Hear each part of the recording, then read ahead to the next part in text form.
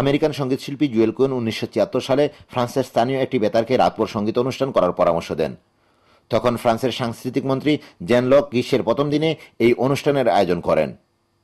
সেদিন ইংরেজি ক্যালেন্ডারের পাতায় ছিল 21শে জুন। পরবর্তীতে 1981 সাল থেকে ফ্রান্স সরকার এই দিবসটিকে সরকারিভাবে ফেত দু লা মিউজিক অর্থাৎ মিউজিক দিবস হিসেবে পালন করে যাচ্ছে। বিগত 4 বছর থেকে ফ্রান্সের প্যারিসে বসবাসরত প্রবাসী বাংলাদেশিরা সরকারের এই দিবসটিকে আনুষ্ঠানিকভাবে পালন করে যাচ্ছে। এছাড়া বিশ্বের বিভিন্ন দেশ হতে সঙ্গীতশিল্পীরা দিবসটি পালন করতে ছুটে আসেন ফ্রান্সে।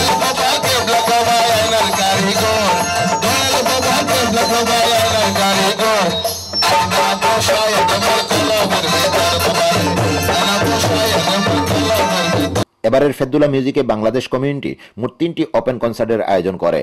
এর মধ্যে ঢাকা, প্যারিস ও ফ্রাঙ্কো বাংলাদেশিদের উদ্যোগে প্যারিসের বাংলাদেশ স্কোয়ারে বাংলাদেশ হতে আগত খ্যাতিমান শিল্পী প্রতীক নবী এবং প্রজন্ম 71 ও বাংলাদেশ ভিউ গার্ডেনটে ইংল্যান্ডের জনপ্রিয় শিল্পী কায়া সহ স্থানীয় শিল্পীদের নিয়ে ওপেন কনসার্টের আয়োজন করে।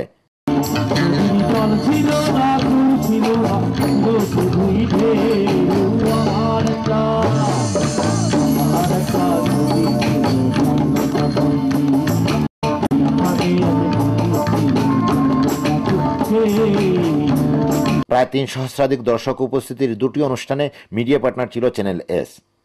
এছাড়া সারা ফ্রান্সে প্রায় 10 সহস্রাধিক ওপেন কনসার্টের আয়োজন করা হয় গতকাল। Nurul Wahid, channel S news, Paris, France.